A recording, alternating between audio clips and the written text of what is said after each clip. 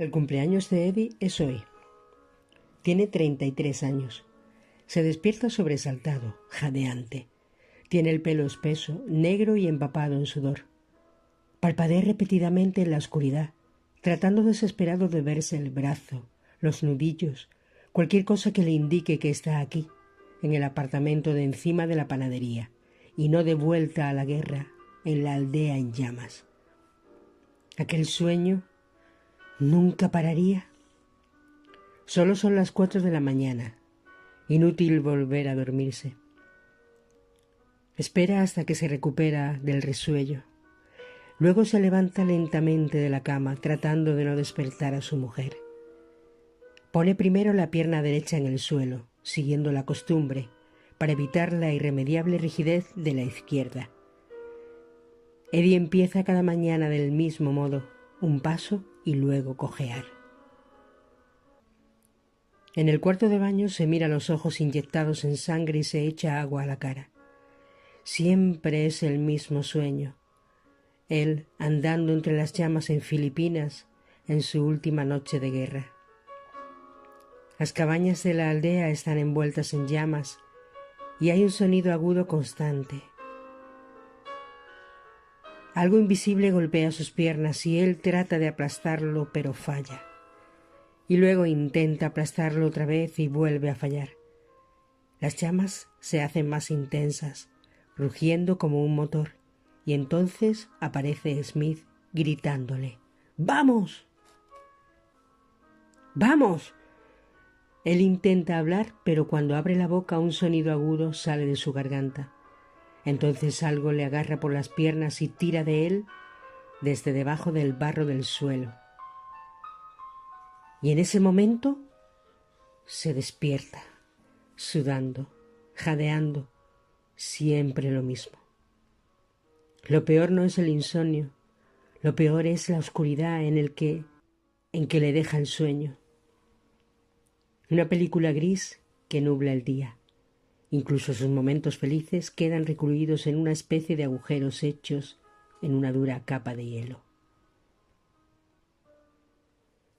Se viste rápidamente y baja por la escalera. El taxi está aparcado junto a la esquina, el lugar habitual, y Eddie limpia la humedad del parabrisas. Nunca le habla a Margarita de esa oscuridad. Ella le acaricia el pelo y le dice: ¿Qué pasa? Y él le contesta: Nada, tengo palpitaciones. Ya está. ¿Cómo puede explicarle tanta tristeza cuando ella cree que le hace feliz? La verdad es que no se lo puede explicar ni a sí mismo. Lo único que sabe es que apareció algo delante de él, interrumpiendo su camino, que le hizo renunciar a las cosas, renunciar a estudiar ingeniería y renunciar a la idea de viajar. Está sentado sobre su vida y allí permanece. Esta noche, cuando Eddie regresa del trabajo, aparca el taxi en la esquina. Sube lentamente por la escalera de su apartamento. Llega música, una canción conocida.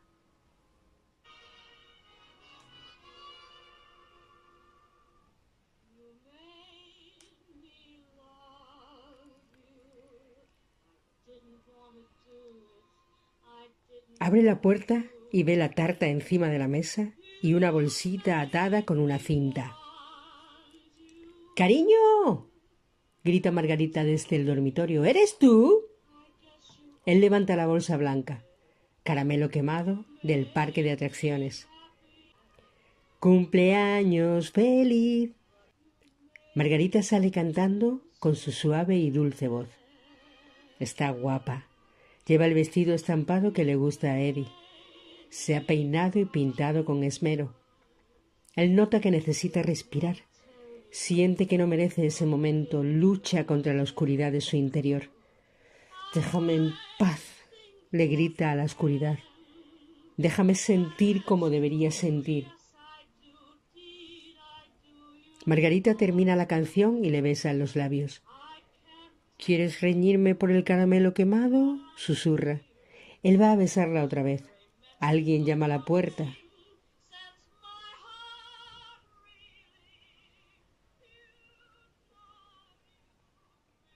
«Eddie, ¿estás ahí?». ¡Eddie! El señor Nathanson, el panadero, vive en el apartamento de la planta baja, detrás de la panadería. Tiene teléfono. Cuando Eddie abre la puerta, está parado en el umbral. Lleva bata. Parece preocupado. «Eddie», dice, «baja. Te llaman por teléfono. Creo que le ha pasado algo a tu padre». Yo soy Ruby. De repente, Eddie entendió por qué la mujer le parecía conocida. Había visto una fotografía suya en algún sitio del fondo del taller de mantenimiento, entre los viejos manuales y documentos del dueño original del parque. «La antigua entrada», dijo Eddie. Ella asintió con satisfacción. La entrada original al Ruby Pier había sido una especie de hito, una arcada gigante inspirada en un templo histórico francés, con columnas acanaladas y una cúpula abovedada en lo más alto. Justo debajo de esa cúpula, bajo la que debían pasar todos los que entraran, estaba pintada la cara de una hermosa mujer. Aquella mujer, Ruby. «Pero desapareció hace mucho tiempo», dijo Eddie. «Hubo un gran incendio», dijo la anciana. «¿Incendio?», dijo la anciana. «Sí, un incendio muy grande». Hundió la barbilla y miró hacia abajo detrás de las gafas, como si estuviera leyendo algo de su regazo. Fue el día de la Independencia, el 4 de julio, un día de fiesta. A Emil le encantaban las fiestas. «Son buenas para el negocio», decía. Si el día de la Independencia iba bien, todo el verano iría bien. De modo que Emil organizó unos fuegos artificiales y contrató una banda de música, e incluso a trabajadores extra, por lo general peones para aquel fin de semana. Pero pasó algo la noche anterior a la fiesta. Hacía mucha calor, incluso después de ponerse el sol, y algunos de los peones decidieron dormir fuera, detrás de los almacenes. Encendieron fuego en un barril metálico para calentarse la comida. Según avanzaba la noche hubo bebida y juerga. Los trabajadores cogieron algunos de los cohetes más pequeños y los encendieron. Soplaba viento. Las chispas se dispersaron. En aquella época todo estaba hecho de madera y alquitrán. Meneó la cabeza. Lo demás pasó rápidamente. El fuego se extendió por la avenida central hasta los puestos de comida y las jaulas de los animales. Los peones escaparon corriendo. En ese momento vino alguien a nuestra casa a despertarnos. El Ruby Pier estaba en llamas.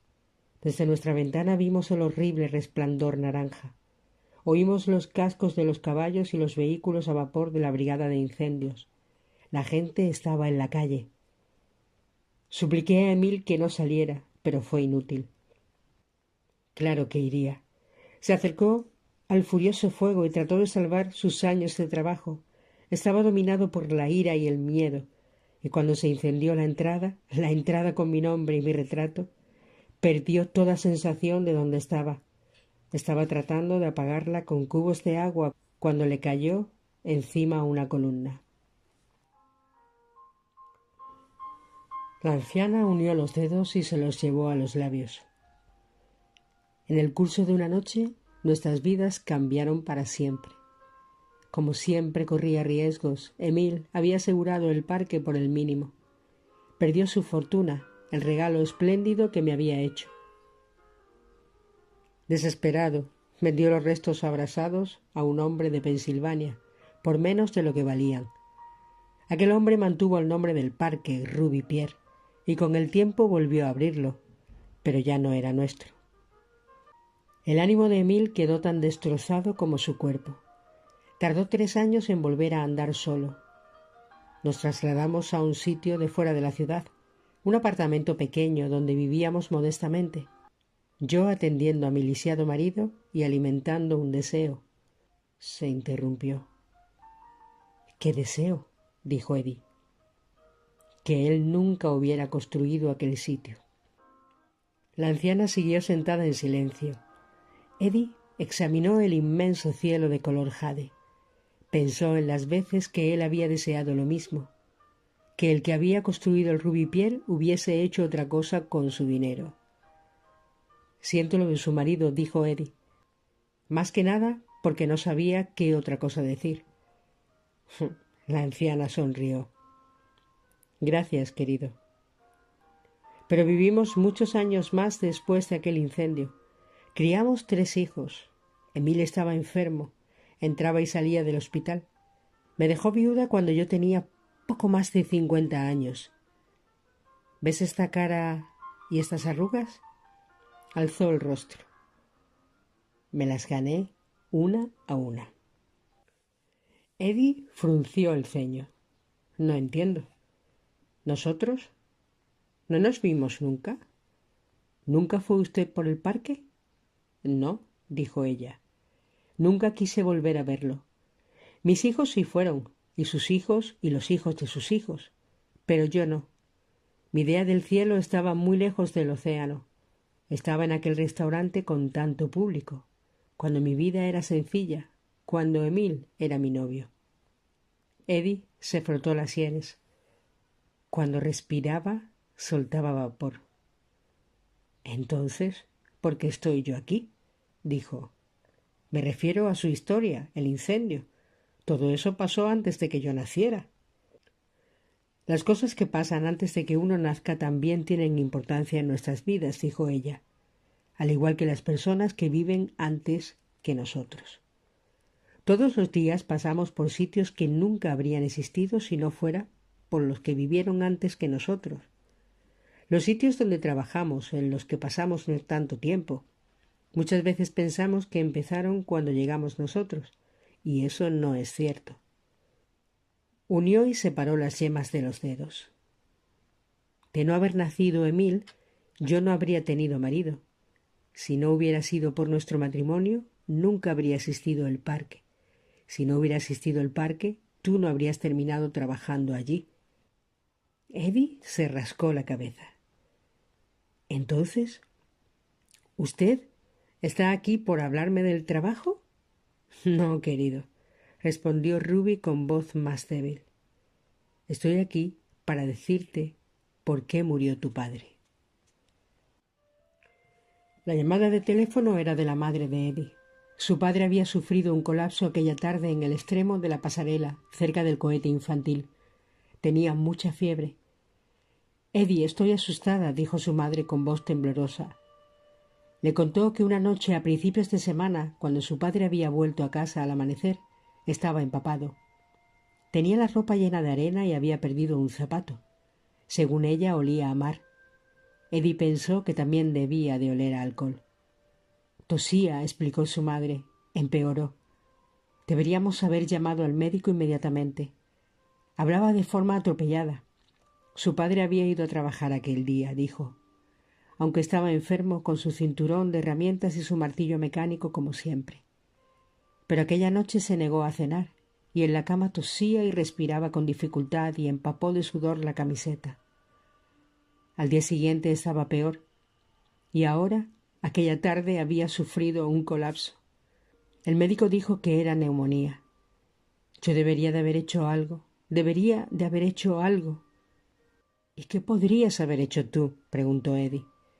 Le molestaba que su madre se culpara de todo cuanto los únicos culpables eran las borracheras de su padre. La oyó llorar por teléfono. El padre de Eddie solía decir que había pasado tantos años a orillas del océano que respiraba agua de mar. Ahora, lejos del océano, confinado en la cama de un hospital, el cuerpo empezó a consumírsele como le ocurre a un pez fuera del agua. Se produjeron complicaciones. El pecho se le congestionó. Su estado pasó de bueno a estable y de estable a grave. Los amigos pasaron de decir estará en casa en un día a estará en casa en una semana. En ausencia de su padre, Eddie ayudó en el parque. Iba a trabajar por la tarde, después de dejar el taxi. Engrasaba los raíles y comprobaba los frenos y las palancas. Incluso reparó en el taller algunas piezas estropeadas de las atracciones. Lo que en realidad hacía era conservarle el puesto de trabajo a su padre. Los propietarios agradecieron sus esfuerzos y luego le pagaron la mitad de lo que ganaba su padre.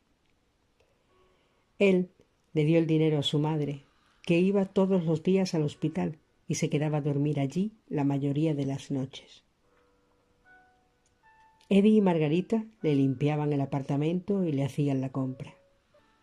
Cuando Eddie era adolescente, si alguna vez se quejaba o parecía aburrido con el parque, su padre le decía: «¿Qué pasa? ¿Esto no es bastante para ti?». Y antes de que Eddie fuera a la guerra, cuando hablaba de casarse con Margarita y hacerse ingeniero, su padre dijo: «¿Qué pasa? Esto no es bastante para ti». Y ahora, a pesar de todo eso, allí estaba, en el parque, haciendo el trabajo de su padre. Finalmente, una noche, empujado por su madre, Eddie fue al hospital. Entró lentamente en la habitación. Su padre, que durante años se había negado a hablar con él, ahora no tenía ni fuerzas para intentarlo. Miró a su hijo con los ojos entrecerrados. Eddie, después de esforzarse por encontrar una frase que decir, hizo lo único que se le ocurrió hacer. Levantó las manos y le enseñó a su padre las puntas de los dedos manchados de grasa. «No te preocupes, chico», le decían los demás trabajadores de mantenimiento. «Tu viejo saldrá adelante. Es el hijo de su madre más duro que hemos conocido nunca». Los padres raramente dejan que sus hijos se vayan, de modo que los hijos les dejan. Se trasladan, se alejan, lo que antes les solía definir: la aprobación de su madre, el asentimiento de su padre, queda sustituido ahora por sus propios logros. Hasta mucho más tarde, cuando la piel se arruga y el corazón se debilita, los hijos no entienden. Sus historias y todos sus logros se asientan sobre las historias de sus padres y madres, piedra sobre piedra, por debajo de las aguas de su vida. Cuando le dieron la noticia de que su padre había muerto, se fue. Le dijo una enfermera como si hubiera salido a comprar leche. Eddie se sintió presa de su ira inútil, de ese tipo de ira que no lleva a ninguna parte. Como la mayoría de los hijos de obreros, Eddie había imaginado una muerte heroica para su padre que contrarrestara la vulgaridad de su vida. No había nada de heroico en que un borracho se quedara dormido en la playa. Al día siguiente fue al apartamento de sus padres, entró en su dormitorio y abrió todos los cajones como si dentro fuera a encontrar un trozo de su padre. Pasó por alto unas monedas, un alfiler de corbata, un botellín de brandy, cintas de goma, recibos de la luz, plumas y un encendedor con una sirena a un lado. Finalmente encontró un mazo de cartas. Se lo guardó en el bolsillo. El entierro fue sencillo y breve. En las semanas que siguieron, la madre de Eddie estaba como ida. Le hablaba a su marido como si todavía estuviera allí. Le gritaba que bajara la radio. Preparaba comida para dos. Ahuecaba las almohadas de los dos lados de la cama, aunque solo se había dormido en uno de ellos. Una noche Eddie vio platos amontonados en el mueble de la cocina. «Deja que te ayude», dijo. «No, no», respondió su madre. «Tu padre los lavará después». Eddie le puso un dedo en el hombro. «Mamá», dijo, «papá se ha ido». «¿A dónde se ha ido?». Al día siguiente Eddie fue a ver a su jefe y le dijo que se despedía. 15 días después, él y Margarita se trasladaron al edificio donde se había criado Eddie, en la avenida Beechwood, apartamento 6B, donde el pasillo era muy estrecho y desde cuya ventana de la cocina se veía el carrusel. Allí Eddie aceptó un empleo que le permitiría no perder de vista a su madre. Un puesto que había desempeñado verano tras verano, el de operario de mantenimiento del Ruby Pier. Eddie nunca se lo dijo a nadie, incluidas su mujer y su madre, pero maldecía a su padre por morirse y dejarle atrapado en la vida de la que había estado tratando de escapar. Una vida que, como oía decir riéndose al viejo en su tumba, aparentemente no era lo bastante para él. El cumpleaños de Eddie es hoy. Tiene 37 años. El desayuno se le está enfriando. ¿Ves el salero?, le pregunta Eddie a Noel. Noel se levanta de la mesa masticando un trozo de salchicha, se inclina sobre la mesa de al lado y coge el salero. «Ten», murmura. «Feliz cumpleaños». Eddie sacude el salero con fuerza. Parece que resulta difícil que haya sal en las mesas. «¿Es que tú eres el encargado?», dice Noel. Eddie se encoge de hombros. La mañana es ya cálida y la humedad sofocante. Su rutina es esta. Desayuno una vez por semana. Sábados por la mañana antes de que el parque enloquezca. Noel tiene una tintorería y Eddie le ayuda a conseguir la contrata para la limpieza de los uniformes de mantenimiento del Ruby Pierre. «¿Qué opinas de este tipo tan guapo?», dice Noel. Tiene un ejemplar de la revista Life abierto y le muestra la foto de un joven candidato político. «¿Cómo puede presentarse a presidente este tipo, si es un niño?». Eddie se encoge de hombros. «Es más o menos de nuestra edad». «¿Bromeas?», dice Noel. Levanta una ceja. «Yo creía que para ser presidente había que ser mayor». «Nosotros somos mayores», murmura Eddie. Noel cierra la revista. Baja la voz. «Oye, ¿te enteraste de lo que pasó en Brighton?». Eddie asiente con la cabeza. Da un sorbo a su café. Se ha enterado. Un parque de atracciones, una góndola se rompió algo. Una madre y su hijo cayeron desde 20 metros. Se mataron. «¿Conoces a alguien de allí?», pregunta Noel. Eddie se pone la lengua entre los dientes. De vez en cuando se entera de este tipo de historias, un accidente en algún parque, y se estremece como si estuviera una avispa volando cerca de la oreja. No pasa un día que no le preocupe lo que pasa aquí, en el Ruby Park, durante sus horas de trabajo. «No», dice, «no sé nada de Brighton». Clava la vista en la ventana, por la que ve a un grupo nutrido de bañistas que sale de la estación de tren. Llevan toallas, sombrillas y cesta de mimbre con sándwiches envueltos en papel. Algunos incluso llevan lo más nuevo, sillas plegables hechas con aluminio ligero. Pasa un anciano con su sombrero de hippie paja, fumando un puro. «Fíjate en ese tipo», dice Eddie. «Estoy seguro de que tirará el puro en la pasarela». «¿Sí?», dice Noel. «¿Y qué?». «Si cae por entre las aberturas, puede provocar un incendio». Se huele incluso. Los productos químicos que ponen en la madera prenden enseguida. Ayer atrapé a un chico. No debía tener más de 4 años. Iba a meterse una colilla de puro en la boca. Noel pone cara de circunstancias. ¿Y? Eddie echa balones fuera. ¿Y nada? La gente debería tener más cuidado, eso es todo. Noel se introduce el tenedor lleno de salchicha en la boca. «¿Eres más alegre que unas castañuelas?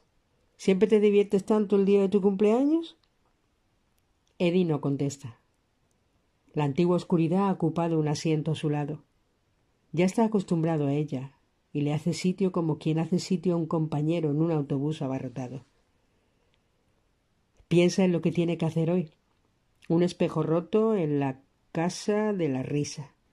Poner parachoques nuevos en los autos de choque. Cola de pegar. Se recuerda, debe pedir más cola. Piensa en aquellos pobres de Brighton. Se pregunta a quién tendrán allí en mantenimiento. «¿A qué hora terminas hoy?», pregunta Noel. Eddie lanza un suspiro. Va a haber mucho trabajo. Verano, sábado, ya sabes. Noel levanta una ceja. «Podemos ir a las carreras hacia las 6». Eddie piensa en Margarita. Siempre piensa en ella. Cuando Noel menciona las carreras de caballos. «Venga, es tu cumpleaños», dice su amigo. Eddie clava el tenedor en los huevos. Ahora ya demasiados fríos para molestarse por ellos. La tercera lección. ¿Era tan desagradable el parque?, preguntó la anciana. No lo elegí yo, dijo Eddie soltando un suspiro. Mi madre necesitaba ayuda. Una cosa lleva a la otra. Pasaron los años. Nunca lo dejé. Nunca viví en otro sitio. Nunca gané dinero de verdad. Ya sabe cómo es eso. Uno se acostumbra a algo, la gente confía en ti. Un día te despiertas y no puedes distinguir el martes del jueves. Solo haces el mismo trabajo aburrido. Eres el de las atracciones, exactamente igual que... ¿Tu padre? Eddie no dijo nada. Fue duro contigo, dijo la anciana. Eddie bajó la vista. Sí. ¿Y qué? Quizá tú también fuiste duro con él. Lo dudo. ¿Sabe la última vez que habló conmigo? La última vez que te trató de pegar. Eddie se giró a mirarla. ¿Y sabe lo último que me dijo? Consigue trabajo. Vaya padre, ¿eh? La anciana frunció los labios. Empezaste a trabajar después de eso. Te recuperaste. Eddie se notó presa de la furia. Oiga, soltó. Usted no sabe cómo era. Es cierto. La anciana se levantó. Pero sé algo que tú no sabes, y es hora de que te lo enseñe. Ruby trazó un círculo en la nieve con la punta de su sombrilla. Cuando Eddie miró el interior del círculo, tuvo la sensación de que los ojos se le salían de las órbitas y se movían por su propia cuenta, hundiéndose en un agujero y llevándole a otro momento. Eran más vívidas. Aquello fue hacía años, en el antiguo apartamento. Veía lo de delante y lo de detrás, lo de arriba y lo de abajo. Esto fue lo que vio. Vio a su madre, que parecía preocupada, sentada a la mesa de la cocina. Vio a Mickey sí, sentado frente a ella. Tenía un aspecto espantoso. Estaba empapado y no dejaba de pasarse las manos por la frente y la nariz. Empezó a sollozar. La madre de Eddie le trajo un vaso de agua. Luego le hizo un gesto de que se esperase. Se dirigió al dormitorio y cerró la puerta. Se quitó los zapatos y el vestido de andar por casa. Sacó una blusa y una falda. Eddie veía todas las habitaciones, pero no podía oír lo que estaban diciendo los dos. Solo percibía un ruido poco nítido. Vio a Mickey en la cocina. Ignoró el vaso de agua. Sacó un frasco de la chaqueta y dio un trago. Luego, lentamente se levantó y fue titubeante hasta el dormitorio. Abrió la puerta. Eddie vio a su madre, a medio vestir, que se volvía sorprendida. Mickey se tambaleaba. Ella se rebujó en la bata. Mickey se acercó más. La mano de ella salió disparada instintivamente para impedir que siguiera avanzando. Él quedó paralizado, pero solo un instante. Luego agarró a la madre de Eddie por la mano y la empujó contra la pared. A continuación se apretó contra ella mientras la agarraba por la cintura. Ella se retorció y luego gritó y empujó a Mickey por el pecho, a la vez que trataba de sujetarse la bata. Él era más grande y más fuerte, y enterró su cara sin afeitar debajo de la mejilla de ella, llenándole el cuello de lágrimas. Entonces se abrió la puerta principal y entró el padre de Eddie, mojado por la lluvia con un martillo colgándole del cinturón. Fue corriendo hacia el dormitorio y vio a Mickey sujetando a su mujer. El padre de Eddie soltó un alarido, levantó el martillo. Mickey se llevó las manos a la cabeza y salió disparado hacia la puerta, echando a un lado el padre de Eddie. La madre lloraba. El pecho le subía y le bajaba. Tenía la cara llena de lágrimas. Su marido la agarró por los hombros y le dio unos violentos meneos. La bata de ella cayó. Los dos gritaron. Entonces el padre de Eddie se fue del apartamento, destrozando una lámpara con el martillo según salía. Bajó haciendo ruido por la escalera y salió corriendo a la noche lluviosa. —¿Qué era eso? —gritó Eddie incrédulo. —¿Qué demonios era eso? La anciana guardó silencio. Se puso a un lado del círculo en la nieve y trazó otro. Eddie trató de no mirar, pero no lo pudo evitar. De nuevo se sintió caer y sus ojos se dirigieron hacia una nueva escena. Eso fue todo lo que vio. Vio un temporal en el extremo más alejado del Ruby Pier, la punta norte, lo llamaban, un estrecho malecón que penetraba en el océano. El cielo era de un negro azulado. Caían cortinas de lluvia. Mickey Shee avanzaba dando tumbos hacia el borde del malecón. Cayó al suelo jadeando. Quedó allí un momento, de cara al cielo, oscuro. Luego rodó a un lado por debajo de la barandilla de madera y cayó al mar. El padre de Eddie apareció momentos después balanceándose con el martillo todavía en la mano. Se agarró a la barandilla y buscó entre las olas. La lluvia golpeaba de lado por el viento. Tenía la ropa empapada y el cinturón de cuero para las herramientas estaba casi negro debido al agua. Vio algo entre las olas. Se detuvo, se quitó el cinturón y luego un zapato. Después trató de quitarse el otro, pero renunció a ellos. Se agachó por debajo de la barandilla y saltó. Chapoteó torpemente en el agitado océano. Mickey subía y bajaba en el insistente oleaje del mar, medio inconsciente, con un espeso líquido amarillo saliéndole de la boca. El padre de Eddie nadó hacia él gritándole en medio del temporal. Agarró a Mickey. Este se balanceaba. El padre de Eddie también se balanceaba. Desde los cielos se oyó un trueno mientras seguía lloviendo a cántaros. Los dos hombres se agarraron y fueron agitados por los violentos golpes del mar. Mickey tosía con fuerza mientras el padre de Eddie le agarró por el brazo y luego le sujetó por el hombro. Se hundió, volvió a salir, hizo fuerza con su peso contra el cuerpo de Mickey y empezó a nadar hacia la orilla. Nadaban moviendo solo piernas, avanzaban. Una ola los mandó hacia atrás, luego nuevamente hacia adelante. El océano rompía y se estrellaba contra ellos, pero el padre de Eddie seguía con el cuello metido debajo del sobaco de Mickey, moviendo las piernas con todas sus fuerzas, mientras no dejaba de parpadear para aclararse la vista. Impulsados por una ola, avanzaron repentinamente en dirección a la costa.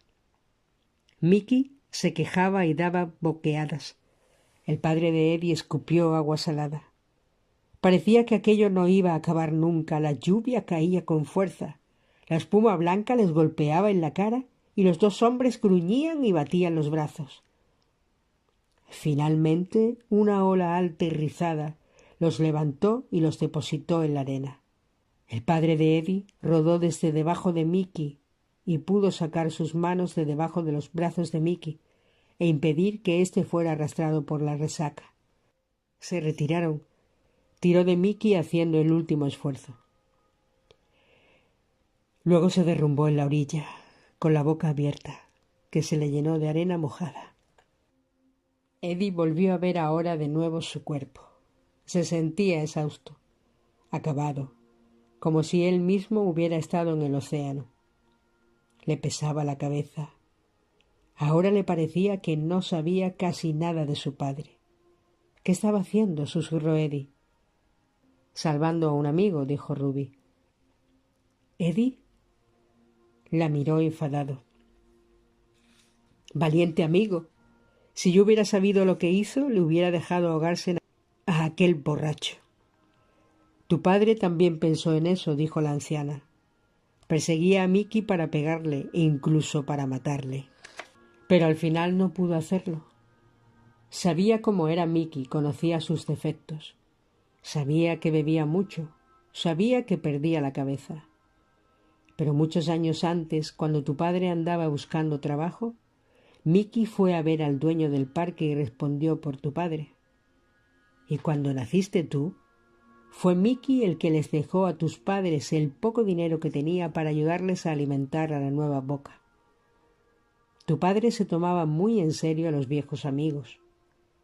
Un momento, señora mía, dijo Eddie. ¿Acaso no vio usted lo que ese bastardo le estaba haciendo a mi madre? Lo vi, dijo la anciana triste. Estuvo mal, pero las cosas no siempre son lo que parecen. A Mickey lo habían despedido aquella tarde. Se quedó dormido durante otra guardia. Estaba demasiado borracho y sus jefes le dijeron que ya estaba bien. Él se consolaba como hacía siempre con las malas noticias, bebiendo más, y estaba hasta arriba de bourbon cuando fue a ver a tu madre. Fue a suplicar ayuda. Quería que le volvieran a admitir en el trabajo. Tu padre trabajaba hasta tarde y tu madre pensó en acompañar a Mickey a verlo. Mickey era un bruto, pero no era malo. En aquel momento estaba perdido, iba a la deriva, y lo que hizo fue culpa de la soledad y de la desesperación. Obró impulsivamente, un mal impulso. Tu padre también obró impulsivamente, y aunque su primer impulso fue matar, finalmente se sintió impulsado a ayudar a su amigo a que siguiera vivo. Ruby cruzó las manos encima del extremo de la sombrilla. Así fue como se puso enfermo, por supuesto. Quedó allí tumbado en la arena durante horas, empapado y exhausto, antes de tener fuerzas para volver a casa. Tu padre ya no era joven, tenía más de 50 años. 56, dijo Eddie inexpresivamente. 56, repitió la anciana. Su cuerpo ya no era fuerte. El océano le volvió más vulnerable. La neumonía hizo presa en él, y cuando le llegó su hora, murió. Por culpa de Mickey, dijo Eddie. No. Debido a su lealtad, dijo ella. La gente no muere por lealtad, ¿no? Ella sonrió. ¿Y la religión? ¿Y el gobierno? ¿No les guardamos lealtad a veces hasta la muerte? Eddie se encogió de hombros. Mejor aún es, dijo ella, ser leales unos con otros. Después de eso, los dos se quedaron en el nevado valle de la montaña durante mucho tiempo. Al menos a Eddie le pareció mucho tiempo. Ya no estaba seguro de cómo tomarse las cosas. ¿Qué le pasó a Mickey? Dijo Eddie. Murió. Solo, unos cuantos años después, dijo la anciana. La bebida lo llevó a la tumba. Nunca se perdonó lo que había pasado. Pero mi padre, dijo Eddie rascándose la frente, nunca dijo nada. Nunca habló de aquella noche ni a tu madre ni a nadie. Estaba avergonzado por ella, por Mickey y por sí mismo. En el hospital dejó de hablar por completo. El silencio era su manera de huir, pero el silencio raramente constituye un refugio. Sus pensamientos le seguían atormentando. Una noche empezó a respirar más débilmente. Se le cerraron los ojos y ya no pudo despertar. Los médicos dijeron que había entrado en coma. Eddie recordaba aquella noche. Otra llamada de teléfono al señor Nathanson. Otra llamada a su puerta. Después de eso, tu madre se quedaba a su lado, noche y día. Murmuraba como si estuviera rezando. Debía haber hecho algo. Debía haber hecho algo.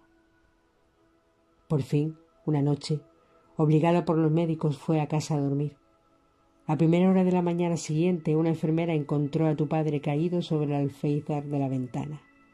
«Espere», dijo Eddie. Entrecerró los ojos. «¿La ventana?» Ruby asintió con la cabeza. En algún momento de la noche, tu padre se despertó, se levantó de la cama, atravesó titubeante la habitación y encontró fuerzas para levantar la hoja de la ventana. Llamó a tu madre con aquella poca voz que le quedaba. Y también te llamó a ti y a tu hermano Joe. Y llamó a Mickey. En aquel momento, al parecer, Tenía el corazón rebosante de culpabilidad y pesar. Quizá notaba que se acercaba la luz de la muerte. Quizá se daba cuenta de que estabais allí fuera, en alguna de las calles de debajo de la ventana.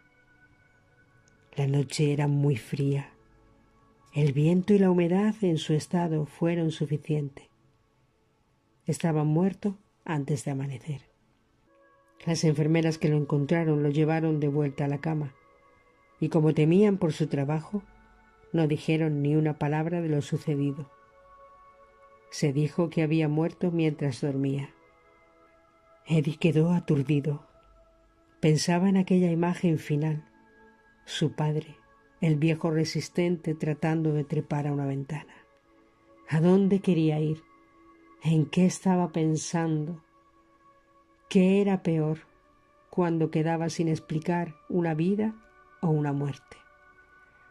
¿Y cómo sabe usted todo eso?, preguntó Eddie a Ruby. Ella suspiró. Tu padre no tenía dinero para una habitación individual en el hospital, y lo mismo le pasaba al hombre del otro lado de la cortina. Hizo una pausa. Emil, mi marido. Eddie alzó la vista, echó la cabeza atrás como si acabara de resolver un rompecabezas. ¿Entonces usted vio a mi padre? Sí. ¿Y a mi madre? La oía murmurar aquellas noches tan solitarias. Nunca hablamos, pero después de la muerte de tu padre le pregunté por su familia. Cuando me enteré de dónde había trabajado él, sentí un dolor muy agudo, como si hubiera perdido a un ser muy querido. El parque que llevaba mi nombre. Cuando me enteré de dónde había trabajado él, sentí un dolor muy agudo, como si hubiera perdido a un ser muy querido. El parque que llevaba mi nombre. Noté su condenada sombra y volví a desear que nunca lo hubieran construido. Ese deseo me siguió al cielo, incluso mientras te esperaba. Eddie parecía confuso. ¿El restaurante? Dijo ella. Señaló la mota de luz de las montañas. Está ahí, porque yo quería volver a mi juventud. Una vida sencilla pero segura, y quería que todos en el Ruby Pier, por accidentes, incendios, peleas, resbalones y caídas, estuvieran sanos y salvos. Quería que todos estuvieran como yo quería que estuviese mi Emil, calientes, bien alimentados, en un sitio agradable, lejos del mar. Ruby se puso de pie, y Eddie la imitó. No podía dejar de pensar en la muerte de su padre. Le odiaba, murmuró. La anciana asintió con la cabeza. Fue un demonio conmigo cuando yo era niño, y cuando me hice mayor fue peor. Ruby avanzó hacia él. Edward, dijo suavemente. Era la primera vez que le llamaba por su nombre. Préstame atención. Contener el odio hace que éste se convierta en un veneno. Te corroe por dentro. Creemos que el odio es un arma que ataca a la persona, que no hace daño. Pero el odio es una espada de doble filo, y el daño que hacemos nos lo hacemos a nosotros mismos. Perdona, Edward, perdona. ¿Te acuerdas de la ligereza que sentiste recién llegado al cielo? Eddie se acordaba. ¿Dónde está mi dolor? Eso es porque nadie nace con odio, y cuando morimos el alma se libera de él. Pero ahora, aquí, para poder seguir adelante, debes entender por qué sentiste lo que sentiste y por qué ya no necesitas sentirlo. Le tocó la mano. Tienes que perdonar a tu padre. Eddie pensó en los años siguientes al entierro de su padre, en cómo él nunca consiguió nada, nunca fue a ninguna parte. Durante todo aquel tiempo, Eddie había imaginado una determinada vida, una vida que podría haber tenido, que habrían tenido si no hubiera sido por la muerte de su padre y el posterior hundimiento de su madre. Con los años, glorificó aquella vida imaginaria e hizo a su padre responsable de todas sus carencias. La falta de libertad, la falta de una carrera, la falta de esperanza. Nunca consiguió abandonar el sucio y aburrido trabajo que le había dejado su padre. Cuando murió, dijo Eddie, se llevó parte de mí con él. Quedé paralizado después de eso. Ruby negó con la cabeza. Tu padre no es el culpable de que nunca te hayas ido del parque. Eddie alzó la vista. Entonces, ¿quién lo es? Ella se alisó la falda, se ajustó las gafas, empezó a alejarse. Todavía hay 2 personas que debes conocer, dijo. Eddie trató de decir, espere, pero un viento gélido casi le arrebata la voz de la garganta. Luego todo se volvió negro. Ruby se había ido. Él había vuelto a la montaña, al exterior del restaurante, donde estaba parado en la nieve. Estuvo allí de pie mucho tiempo, solo, en silencio, hasta que se dio cuenta de que la anciana no volvía. Entonces se dirigió a la puerta y la abrió empujándola lentamente. Oyó el sonido de cubiertos y de platos que estaban amontonando. Olió a comida recién hecha, a pan, carne y salsas. Los espíritus de los que habían fallecido en el parque estaban todos allí, relacionándose unos con otros, comiendo, bebiendo y hablando. Eddie avanzó vacilante, sabiendo lo que debía hacer. Dobló a su derecha hacia la mesa del rincón, hacia el espíritu de su padre, que fumaba un puro. Notó un estremecimiento. Pensó en el viejo caído sobre el alféizar de la ventana del hospital, que había muerto solo en plena noche. «Padre», susurró Eddie. Su padre no podía oírle. Eddie se acercó más. «Papá, papá, ya sé lo que pasó». Sintió un ahogo en el pecho. Se puso de rodillas junto a la mesa. Su padre estaba tan cerca que Eddie podía verle las patillas y ver el extremo mordisqueado de su puro. Vio las bolsas que tenía debajo de los cansados ojos, la nariz curvada, los nudillos huesudos y los hombros cuadrados, propios de un obrero. Miró sus propios brazos y se dio cuenta, con su cuerpo terrenal, que ahora él era más viejo que su padre. Le había sobrevivido en todos los sentidos. Estaba enfadado contigo, papá. Te odiaba. Eddie notó que le brotaban lágrimas. Notó un temblor en el pecho. Algo estaba fluyendo en él. Me pegaste, me hiciste callar. Yo no lo entendía. Todavía no lo entiendo. ¿Por qué hiciste eso? ¿Por qué? Respiró con dolor. No lo sabía. ¿Entiendes? No sabía qué te pasó en la vida. No te conocía, pero es mi padre, y ahora quiero olvidarlo todo. ¿De acuerdo? ¿Podemos olvidar los 2, papá? La voz le temblaba y acabó convirtiéndose en un grito agudo. Ya no era la suya. «Muy bien. ¿Me oyes?», gritó. Luego repitió más bajo. «¿Me oyes, papá?». Se acercó más. Vio las manos sucias de su padre. Dijo las últimas palabras tan conocidas en un susurro. «Ya está arreglado». Eddie dio un puñetazo en la mesa y después se desplomó en el suelo. Cuando alzó la vista, vio a Ruby de pie, joven y hermosa. Luego ella bajó la cabeza, abrió la puerta y se elevó en el cielo de color jade. Jueves, 11 horas. ¿Quién pagaría el funeral de Eddie? No tenía parientes. No había dejado instrucciones. Su cuerpo permaneció en el depósito de cadáveres de la ciudad, lo mismo que su ropa y sus efectos personales. Camisa de trabajo, calcetines, zapatos, gorra de tela, anillo de boda, pitillos y limpiapipas. Todo esperando que lo reclamasen. Al final, el señor Bullock, el dueño del parque, liquidó la factura utilizando el dinero de un cheque que Eddie ya no podía cobrar. El ataúd fue una caja de madera y la iglesia se eligió por su situación, la más cercana al parque, pues muchos de los asistentes tenían que volver al trabajo. Unos minutos antes de la ceremonia, el pastor pidió a Domínguez, que llevaba una chaqueta espora azul marina y sus vaqueros negros más nuevos, que pasara a su despacho. ¿Podría contarme alguna de las cualidades del fallecido?, preguntó el pastor.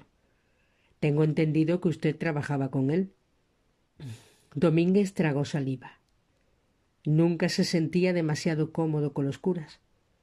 Cruzó los dedos nerviosamente cuando para alejar un maleficio y habló en voz baja, tal como creía que debía hablarle en una situación. Eddie, dijo finalmente, quería mucho a su mujer. Descruzó los dedos y luego añadió rápidamente: yo, naturalmente, nunca la conocí.